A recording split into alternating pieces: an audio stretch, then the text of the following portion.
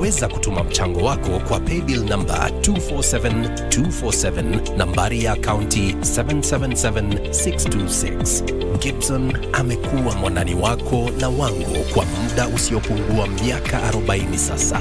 Ni zamu yetu nasi tuwe wandani wake wakati huu mgumu. Uchaguzi mkuu wa tarehe 9 Agosti utabadilisha pakubwa taswira ya kisiasa ya taifa hili.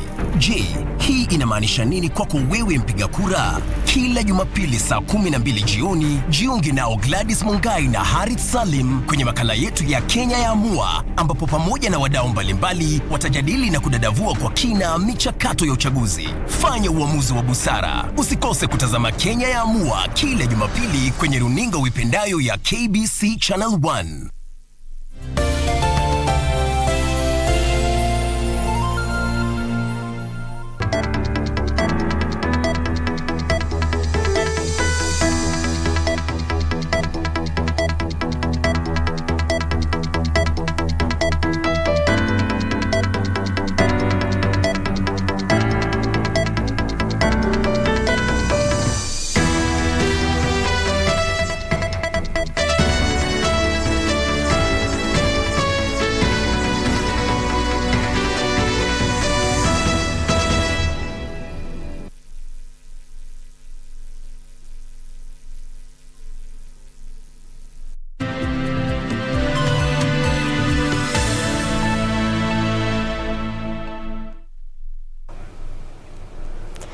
On the 29th day of May 2022, and we do come to you live from the broadcasting house here at the heart of Nairobi City. I am Nissy Imano. Byron Abuli is our sign language interpreter. Many thanks for joining us. Now, Deputy President William Ruto now says government should scale up relations with the religious fraternity in a bid to deal with social ills in the country. Ruto, who led the Kenya Kwanza team for a church service in Embu before a series of meetings in Kirinyaga, promised to elevate the place of religion in governance while calling on religious institutions to partner with the government.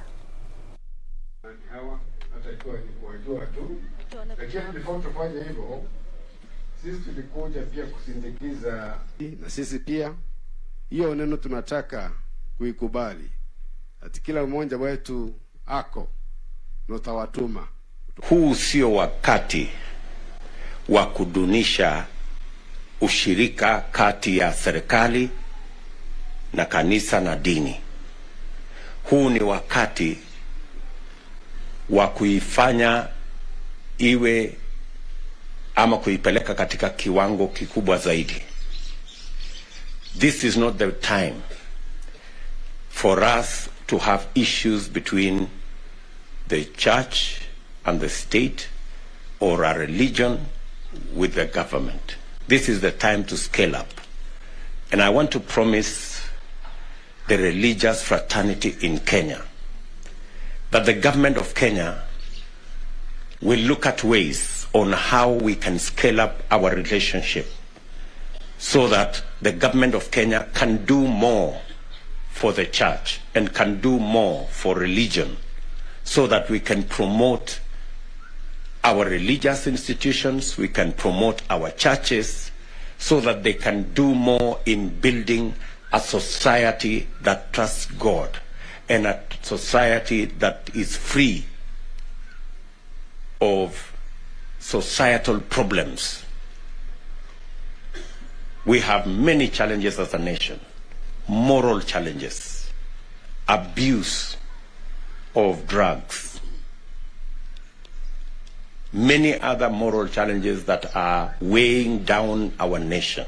Neno la Mungu linatueleza kwamba mahali wawili ama watatu wamekutana kwa jina la Mungu, Mungu mwenyewe atakuwa pale.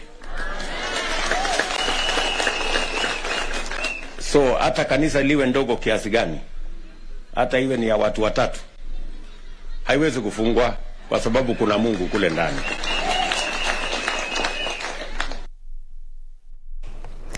The Green Thinking Action Party of Kenya party leader Dr. Isaac Kalua has challenged Kenyans to elect leaders with integrity during the August 9th general election.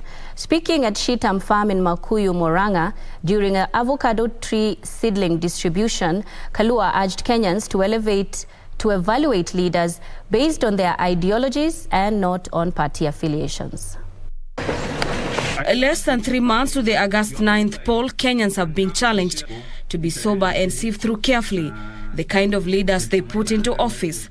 The Green Thinking Action Party leader Dr. Isaac Kalua, who was in Makuyu, Murang'a County, said Kenyans have been given a chance on the 9th of August to set their destiny, and the ball was now on their hands. We are equal in terms of what a party is supposed to be.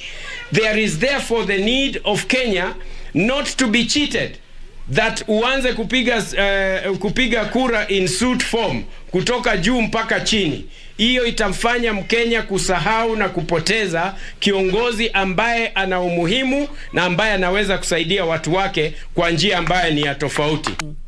Kalua, who drummed up support for the Revival of Building Bridges initiative, claimed it will enhance inclusivity. Tuweze kuanza kazi ambayo iliachwa nje ya BBI. Manake hatuongei kwa sasa. Na ukweli ni kwamba there is need to rectify what needs to be rectified to create a lot of trust, because currently there is a lot of mistrust, so that every leader that is in different places is equivalent to the development in that special area. To create trust, we need to create one Kenya. BBI needs to come out, and what, not just BBI, but what fits in that space immediately after the election, and not to be waited until it is too late, so that tuendelee na kazi. While calling for the election of aspirants flying the Green Action Party flag in the upcoming election, Kalua claimed his party will transform the country by creating economic pillar to uplift their livelihoods. We are here as a party that is respectable and a leading party in this country based on our ideology, which is going to transform the leadership of this country because of the ethics we are working on, which is going to transform this country on creating economic empowerment in our country, which is also going on the third pillar to ensure that there is dignified household in this country. For Lunchtime News, I'm Gladys Mongai.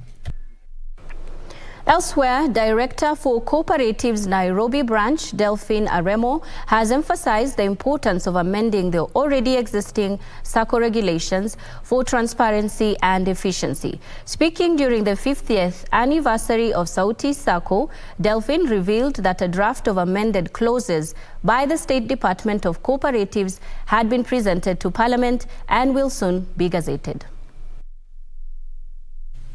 Officiating the event at a Nairobi hotel, the Nairobi Director for Cooperatives in particular pointed out that the Matatu SACCOs, which she said was yet to conform with the SACCOs regulations. She said through the new bylaws which are before Parliament, PSV Business will be renamed from Matatu SACCOs to Transport Cooperatives. In the year 2021, we had a review of the Cooperative Act. We have the Cooperative Bill before Parliament now. Once concluded, a lot of things are going to change.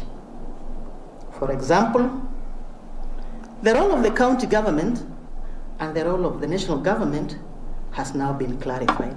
For some time, there was a bit of confusion.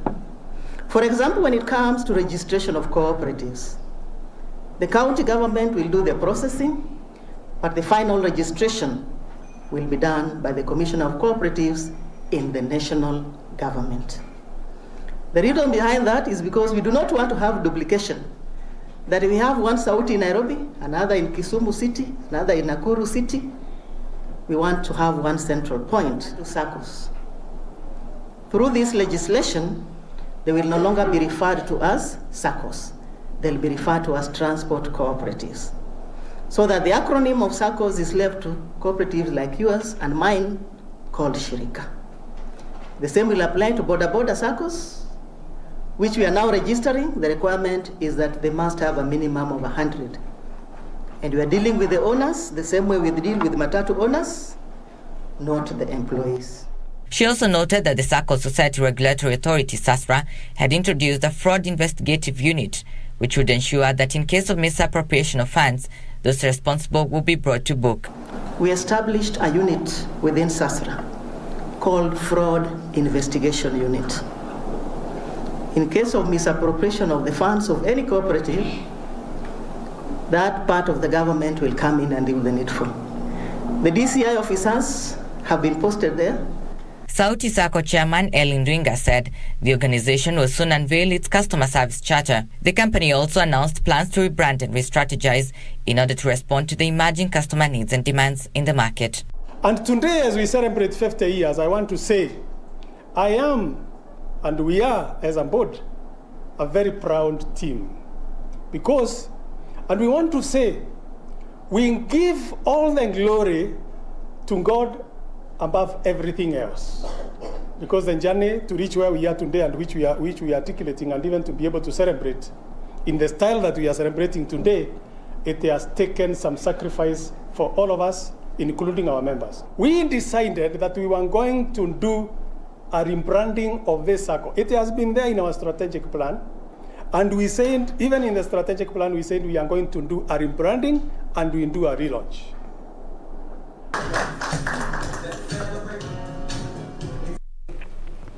And in Makueni, an irate mob killed and later burnt the body of a man alleged to have defiled and killed 2 girls in Boni sub-county. The minors are said to have gone missing early in the morning before a serious search ensued, only for their bodies to be recovered inside the man's house. Trevor Ngendo has that report. It's the death of the 2 young girls, aged 6 and 9 in Boni village, that has left locals here baffled. The 2 girls are said to have gone missing on Saturday morning after a visit to their home by 34-year-old Charles Musembi, who locals have described as a loner. The man had barely worked for a month as a shamba boy at their neighbor's farm. The minors, who were under the custody of their sickly uncle, are said to have been lured to follow Charles to his house after he found out that their uncle was fast asleep during his visit to their home. A search for the girls would later ensue. Si tukatoka nje tuangalie watoto. Tulipotoka hatukuwaona na hatukumuona tena.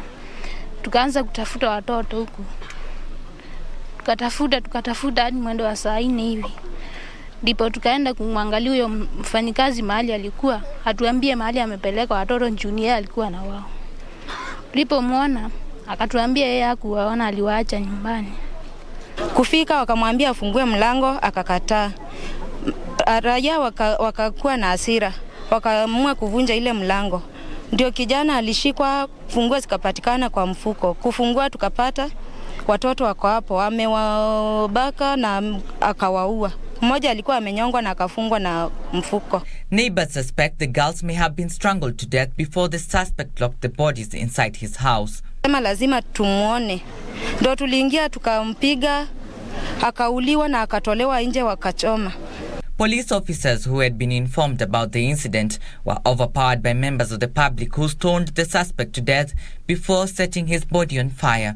Polisi walikuwa wameng'ang'ana vile wawezalo kumzuia, lakini kwa sababu ya ile pressure wananchi walikuwa na, hata polisi wenyewe wamepata maumivu kidogo.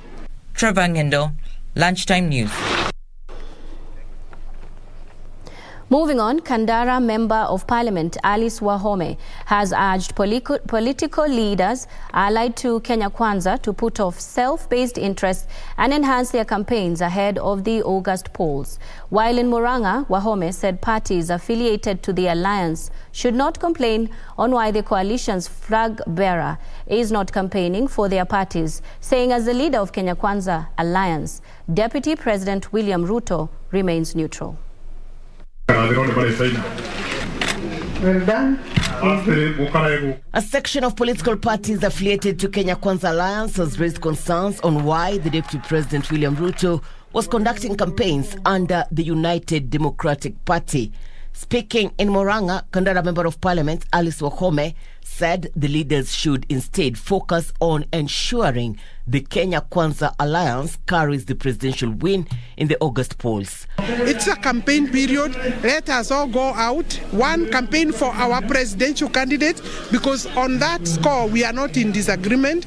We have one presidential candidate, and when we come to joint rallies, for sure, those who are UDA will speak to UDA supporters. Those who are other parties will also speak to their supporters, and they must not feel like we are not considering them. This is a campaign, and everybody must campaign for their party. Meanwhile, a section of aspirants in Makueni County under the United Democratic Movement has urged the Independent Electoral and Boundaries Commission to ensure a free, fair and credible election come August 9th. The aspirants, led by gubernatorial aspirant Professor Emmanuel Mutisia and senatorial aspirant Bob Kisulia, said the electoral body should ensure peaceful campaigns and a fair playing ground. Sisi tutafanya siasa za umoja, za usawa, bila chuki, bila vita, ndio tuendelee na kupeleka Makueni mbele na Kenya isonge mbele. Venye mmesikia kutoka kwa wale tuko lengo moja ya UDA, tumesema sisi Wakamba, na msidanganywe, tuko katika chama cha UDA. Tumekubaliana kama viongozi wa Makueni tuweze kuongea pamoja, tuweze kuongea na umoja, tuweze kukuza siasa za umoja. And the Muslim for Human Rights, in partnership with the Independent Electoral and Boundaries Commission, are advocating for a peaceful electoral process in the country through a peace caravan. IEBC's field officer Afie Swale says the initiative aims at sensitizing youths to vote in August. Lengo na madhumuni ya hii caravan ni kuhimiza vijana kujitokeza kwa wingi ili kupiga kura, na pia kama hawajafanya verification, watu wajitokeze, wahakikishe wako salama, wameweka silaha zao kabisa salama, na pia tunahimiza watu wapige kura kwa amani wakati ukifika. A section of Migori County elders has opposed the six-piece campaign agenda proposed by the ODM party leader Raila Odinga. While in Suna West, the leaders said they will support Odinga's presidential bid but vote candidates of their choice on other elective positions. Ukiangalia ambaye mfasi wake ambaye ni Martha Karua anasimama na chama chake. Martha Karua kuna chama chake, hana maneno ya six piece. Kwa hiyo ya nini watu wa Nyanza tunadanganywa na maneno ya six piece? Na six piece haiendi bunge. Yule mtu anaenda bunge for delivery of services ni yule mtu ambaye tunachagua. Hatuchagui suit. Ile inaenda wapi? Kwa bunge. Irene Mchuma, Udim, the Lunchtime News. Elsewhere, police in Makindu sub-county of Makueni County have launched a manhunt for a man who hacked a 29-year-old ex-wife. The victim is currently recuperating at Makindu sub-county hospital. Meanwhile, youths in Migori County have called for implementation of Campaign Finance Act to give all candidates a level playing ground in the polls. Details of this and more in our county's wrap. A 29-year-old woman is currently receiving treatment at the Makindu Sub-County Hospital in Makueni County after she was reportedly attacked by her ex-husband. Police in the region have launched hunt for a man who is still at large. Kama sio neighbors wake wangekuja, alikuwa anakuja kumaliza. Mtu anapanga na ana kisu. Kwa hivyo alikuwa anakuja kumaliza, amalize watoto. So lazima police tuwaulize. We demand that you take serious these issues of domestic violence. Meanwhile, youth in Migori County have called for implementation of a Campaign Finance Act to give all candidates a level playing ground in the polls. Thank you. I'm Felix Okwanyo, ODM nominee Makalda Kanyonanda Ward. I'm happy with the organizers of the event of today, and I only have two issues to hear. First, about youth in politics, it's all about how you carry yourself. Because today I'm very happy man, and sitting speaker, it wasn't an easy task, but I worked out with a lot of courage, and I've managed it. So I'm urging my fellow youths, leadership is a call from God. If you feel fit for it, just move out, talk to your people, convince your people, irrespective of your financial muscle. It's a matter of how you talk to your people. Elsewhere, stakeholders in the education sector from private institutions have raised concerns over mixed signals by a section of presidential aspirants over the fate of new CBC curriculum. Stakeholders led by ACK Nairobi Archbishop Joel Waweru said this move is likely to cause confusion just as the curriculum is about to take off. The system is not there to favor anybody. The system is there to favor Kenyans. So if you come to abolish that which has been established by somebody else, it is very unfortunate. If I was a politician and I'm coming to fight a system that is already there, I would rather improve it, not come and throw it away. So we would want whoever takes the government, come and develop and grow that system. Tour guides and drivers drawn from East African community have joined hands to work together in an effort to facilitate professionalism in the sector and boost tourism within the region. Speaking during a workshop that brought together tour guides and drivers drawn from Kenya, Uganda, Burundi and Rwanda, the team called for the shelving of competition among the member countries. So this is a very, very important meeting. It was rich because we talked about what we can do as East Africans to make East Africa one destination. And finally, Kabarnet Deliverance Church in Baringo County has distanced itself from a pastor who allegedly burned the feet of 3 students for allegedly stealing cakes. The church, while condemning the heinous act meted on the minors, claimed the said pastor Joseph Muduma was a choir leader who left the church 2 years ago.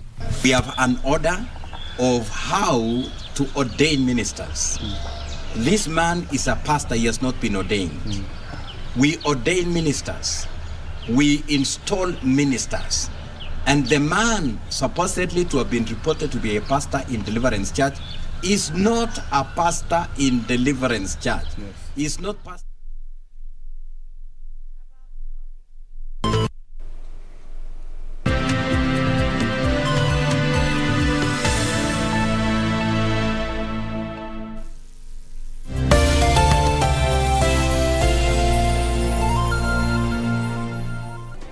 Do you have a news story to share with KBC? Get in touch swiftly on email news@kbc.co.ke or call 0723-892-654 or 0734-780-124. The Board of Trustees of Teleposta Pension Scheme and Fund advises all members that the 2021-2022 Annual General Meeting shall be held virtually on 31st May 2022 from 9:30 a.m. to 12:30 p.m. The AGM proceedings will be aired live on KBC Channel 1 from 9:30 a.m.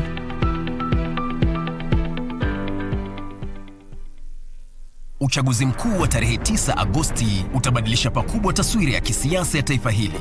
Je, hii inamaanisha nini kwako wewe mpiga kura? Kila Jumapili saa 12 jioni, jiunge nao Gladys Mungai na Harith Salim kwenye makala yetu ya Kenya ya Amua, ambapo pamoja na wadau mbalimbali watajadili na kudadavua kwa kina michakato ya uchaguzi. Fanya uamuzi wa busara. Usikose kutazama Kenya ya Amua kila Jumapili kwenye runinga uipendayo ya KBC Channel 1.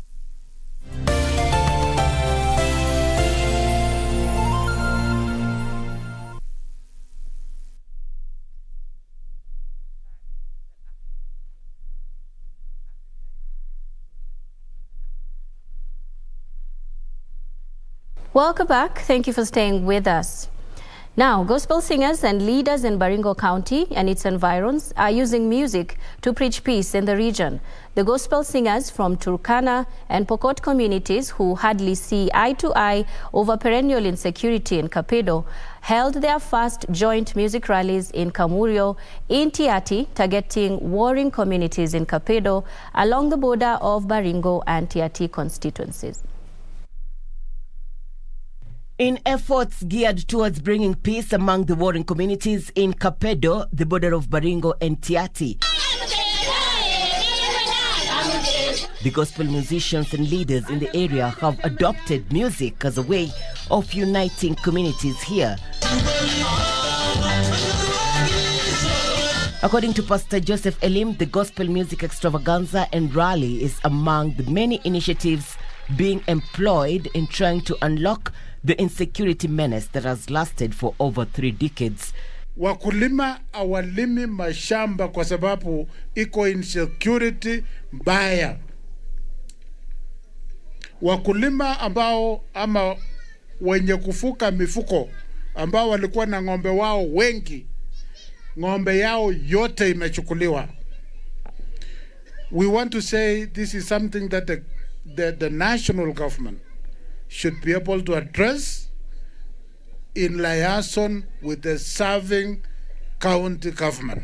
Area leaders led by Tiati Member of Parliament William Kamtet, Tirioko MCA Sam Lokales, and UDA Baringo Deputy Governor nominee Charles Kipgok lauded efforts by the community to bring sustainable peace.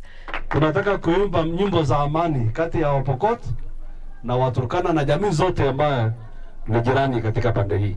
So ukienda pale Lokori, waambie tunakuja kuimba pia nyimbo za amani. Tunataka watu wetu au waimbaji wote wapeleke Lokori au wengine wakuje pande hii. Nyimbo itaunganisha watu zaidi kama vile mchezo inaunganisha watu. Na tunataka tuwaeleze majirani wetu, wawe Waturkana, wawe wa Marakwet, kwamba tunahitaji kupendana. Hii mambo ya vita kidogo kidogo haisaidii chochote. Inaharibu uhusiano, inaharibu maendeleo, inaharibu biashara ambayo ingeweza kufana katika eneo hizi zote. They also called on the national government to beef up security in the area to end banditry attacks, which they say have contributed to underdevelopment. The music extravaganza comes barely a fortnight after one person was shot dead while another was injured in Kapedo.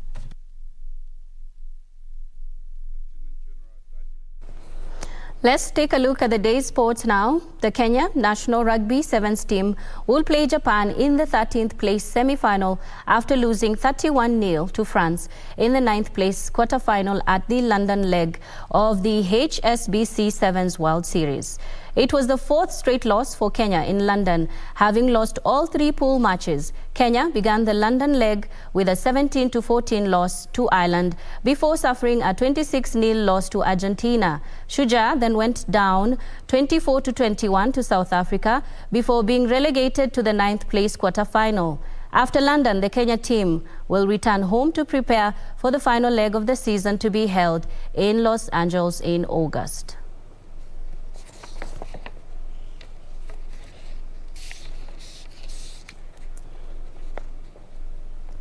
Kinoro Stadium is now 99% complete and almost ready to be handed to the community. Sports Kenya chairman Mr. Charles Waithaka commended the work that had been done and further added that they are only waiting for official communication to officially open the stadium.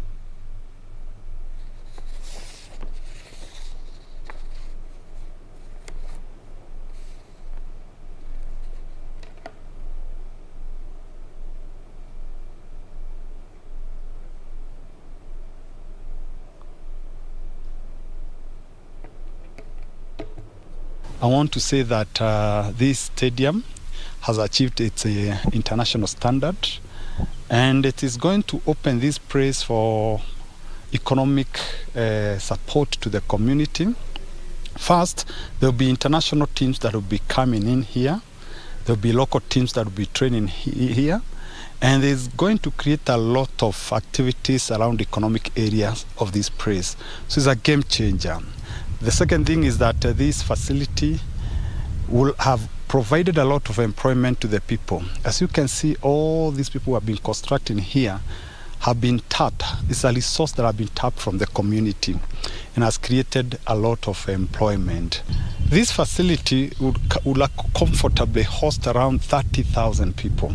And therefore, this will be a game changer. Gor Mahias will come here, Harambee Stars will come here, teams from all over the world will come here. And therefore, what we are saying in terms of economic robust economic activities of this praise is really going to activate so many activities.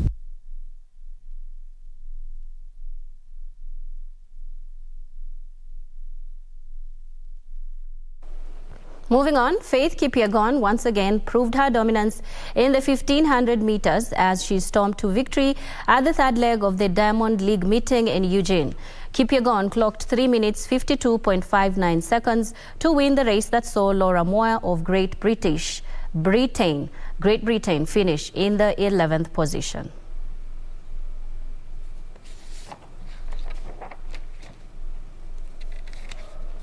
Again win the 1500 meters at the Eugene Diamond League, the third stop of the Diamond League series. Has broken 4 minutes at 1500 meters so far in 2022, and she's going to destroy. Kipyegon finished ahead of Gudaf Tsegay of Ethiopia, who was second, while Gabriela Stafford of Canada came third.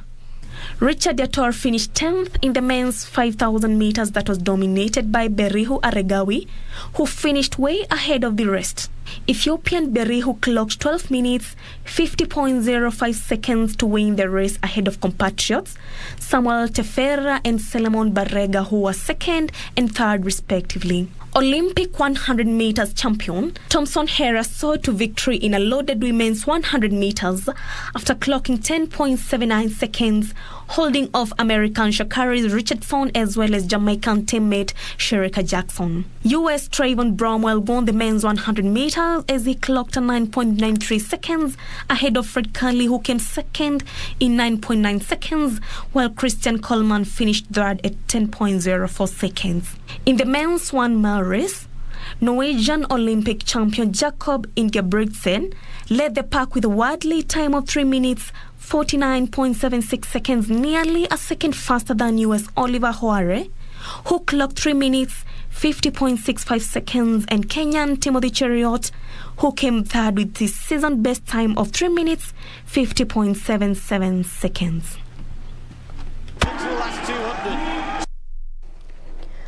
Let's now link up with our team that is at the Bomas of Kenya. Moki is on standby to give us an update. He joins us live.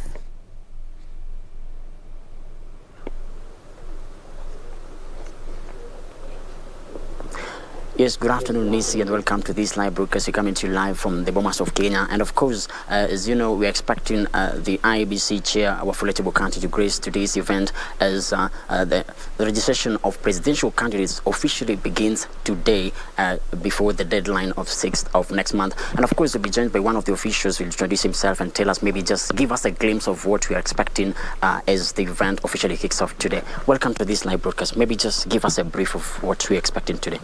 Thank you very much. My name is Moses Sunkuli. I am the manager, voter registration and electoral operations.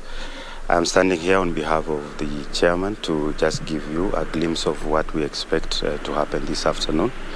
And like you've rightly said, today we are doing, we are receiving our presidential aspirants for purposes of registering them for the 9th August general election. So briefly, therefore, to just let you know is that we have prepared to receive them. We are having two aspirants coming this afternoon. And the way they will be coming is that they will be coming, we receive them through, we take them through the registration process. Once they are registered, they will come into this hall where we have aligned again several checkpoints where we'll be taking them through a checklist of some of the issues that they are required to comply with. It is not worth noting that we already have had a meeting with them on Monday 23rd where we told them what they are required to come with. So therefore we expect that they will come here, and we will definitely take them through the process that we require. And that is to check some of the documents that they have brought, whether they comply with the requirements of the law. And for example, once they come, depending on whether they are political party or independent candidates, each of them have their own issues. They have their own documentation that they are required to provide to the chair of the commission as the national returning officer. Yes. So far so good. Would you say how well prepared are you? We are prepared, like you can see. Everything is set. We are good to go, and therefore I think in terms of preparation we are just waiting for our first clients. All right, that is Fred Mwoki, who is at the Bomas, and of course we're going to be giving you that report fully in our subsequent bulletins. We are also following up on the celebrations that are ongoing at the International Day of the UN Peacekeepers that is happening in Embakasi. We do have a team there, and you can expect that in our subsequent bulletins. Thank you for joining us. That brings Lunchtime News to an end. I am Nissy. Imano. Byron Abuli is our sign language interpreter. Good afternoon.